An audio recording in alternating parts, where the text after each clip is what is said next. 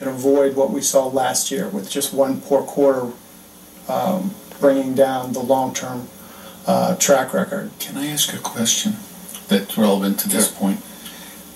I know what you're saying, one quarter, and I admit the one quarter was disastrous, but if I look at the numbers you're showing me, our fund manager has done worse than average every year. Am I correct? No, that's not correct. Okay. I'm looking at the numbers here. Yeah, and looking at these numbers, these are average annual returns. Okay. So when you add a quarter, you drop one off. So you can drop off a poor quarter and add a poor quarter, and it can have a dramatic impact on a one-year performance. If you look at calendar years. Okay, but 5-year performance, he did worse than the target index. 3 years, he did worse. I mean, basically, he's doing worse, right? Looking back, 2011 was a very poor year for this asset manager. The prior years, generally, he met.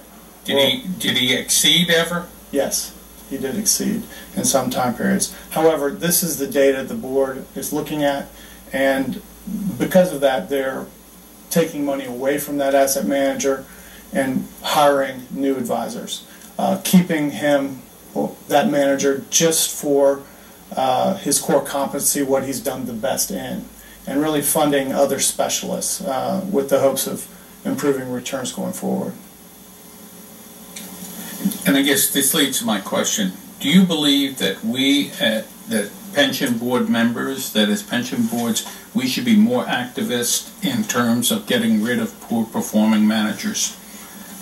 Taking an active, if they don't perform, look for it, because the price we're paying for them is pretty high.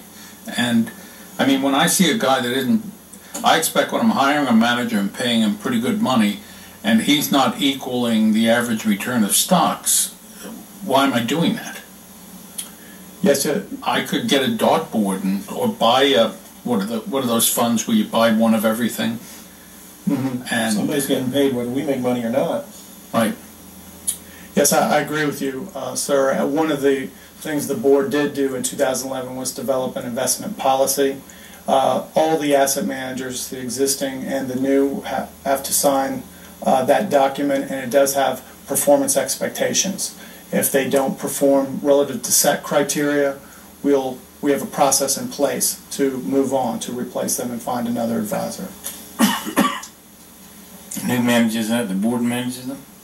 Who manages these people? The board. The board manages. The board. So the board has approved 6. Our board, the General Pension Board, has taken action to shift monies and to bring new asset managers in. Not as much as I would like, obviously, but there has been movement in that direction. Okay. Just to piggyback on that point, and you mentioned that now we're getting more into the specialty advice.